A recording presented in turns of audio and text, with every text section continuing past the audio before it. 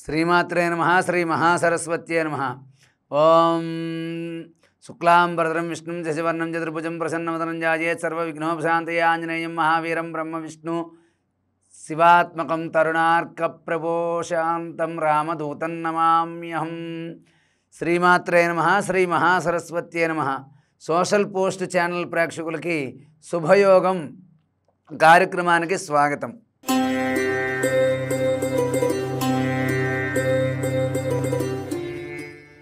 మనం ఈ రోజున శుభయోగం కార్యక్రమంలో మనం ఒక మంచి విషయం గురించి తెలుసుకుందాం. అదేమిటంటే, అందరూ పూజలు చేస్తారు, అందరూ కోరికలు కోరుకుంటారు. ఎవరి శక్తిని అనుసరించి వాళ్ళు చేస్తారో, ఎవరి ఇష్టాన్ని అనుసరించి వాళ్ళు కోరికలు కోరుకుంటారు. మరి ఈ కోరికలు మనకి తొందరగా తీరాలి అంటే దానికి ఎటువంటి పరిహారాలు పాటించాలో ఇప్పుడు మనం తెలుసుకుందాం.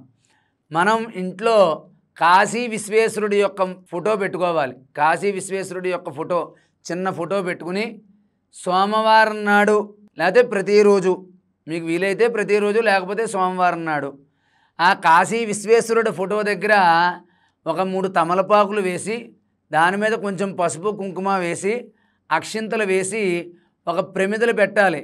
3 తమలపాకుల మీద 3 ప్రమిదలు పెట్టి, ప్రతి దాంట్లో 3 ఒత్తులు వేసి ఆవునేతితో దీపారాధన చేయాలి.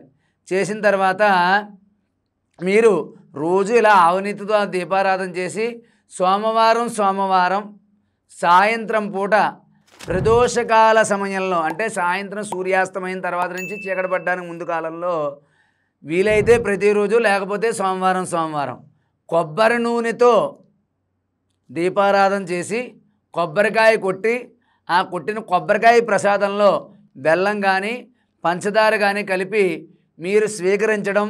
అదేవిధంగా సోమవారం నాడు సాయంత్రం పూట శివాష్టోత్రాన్ని జపించి ఆ యొక్క కాశీ విశ్వేశ్వరుడికి పూజ చేసుకున్న తర్వాత కొబ్బరికాయ కొట్టి, కొబ్బరికాయ ముక్కలు పంచదార కానీ బెల్లం కానీ కలిపి మీరు ప్రసాదంగా స్వీకరించడం, ఇంట్లో వాళ్ళందరూ తినడం వల్ల మీ కోరికలు, మీ ఇంట్లో వాళ్ళ కోరికలన్నీ కూడా తొందరగా నెరవేరుతాయి. అలాగే మీరు ఇంట్లో పూజ చేసేటప్పుడు శుభ్రమైన వస్త్రాలు ధరించాలి. బయట తిరిగి వచ్చిన బట్టలు కాళ్ళు చేతులు కడుక్కుని పూజ చేసేయకూడదు. మీరు బయట నుంచి వచ్చిన బట్టలు విడిచిపెట్టి మంచి ఇంట్లో ఉతికి విస్త్రీ చేసిన బట్టలు, మంచి బట్టలు కట్టుకుని అప్పుడు బొట్టు పెట్టుకున్నాక నేను చెప్పిన విధంగా కాశీ విశ్వేశ్వరుడి ఫోటో దగ్గర చెయ్యాలి. అలాగే మీరు ఆరుద్ర నక్షత్రం నాడు, మాస శివరాత్రి నాడు, అమావాస్య నాడు, ఈ 3 రోజుల్లోనూ కూడా ఆరుద్ర నక్షత్రం, మాస శివరాత్రి, అమావాస్య నాడు, ఈ 3 రోజుల్లో కూడా మీరు శివాలయానికి వెళ్ళి శివుడికి పంచామృతాలు, పాలు, పెరుగు, తేనె, నెయ్యి, పంచదార కలిపి పంచామృతాలతో అభిషేకం చేసి ఆ రోజంతా కూడా ఉపవాసం ఉండి సాయంత్రం పూట మీ దగ్గరలో ఉన్న బ్రాహ్మణుడికి స్వయం పాకం, అంటే 3 రకాల కూరలు, 2 రకాల ఆకుకూరలు, బెల్లం, చింతపండు, కందిపప్పు, పెసరపప్పు, అవకాశం ఉంటే ఒక చిన్న ఆయిల్ ప్యాకెట్ లాంటిది, ఒక ఉప్పు ప్యాకెట్టు, అంటే ఒక బ్రాహ్మణుడి ఇంట్లో భోజనం చేయడానికి సరిపడా స్వయం పాకం అనేది దానం చేసి అప్పుడు మీరు సాయంత్రం పూట భోజనం చేయాలి.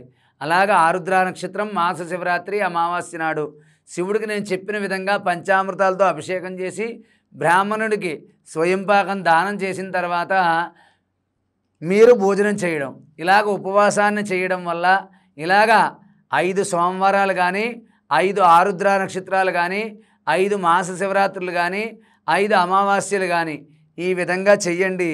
మీకు మనసులో ఉన్న కోరికలు, మీరు దేవుడి దగ్గర చెప్పుకున్న కోరికలు కూడా త్వరగా నెరవేరుతాయి.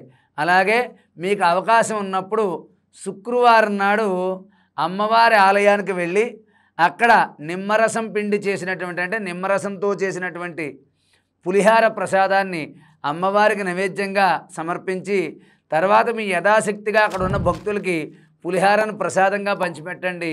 మీ ఇంట్లో వాళ్ళు కూడా స్వీకరించండి. ఇలాగ నేను చెప్పిన పరిహారం పాటించడం వల్ల మీ ఇంట్లో ఎవరు కోరుకున్న కోరికలైనా కూడా తొందరగా నెరవేరుతాయి.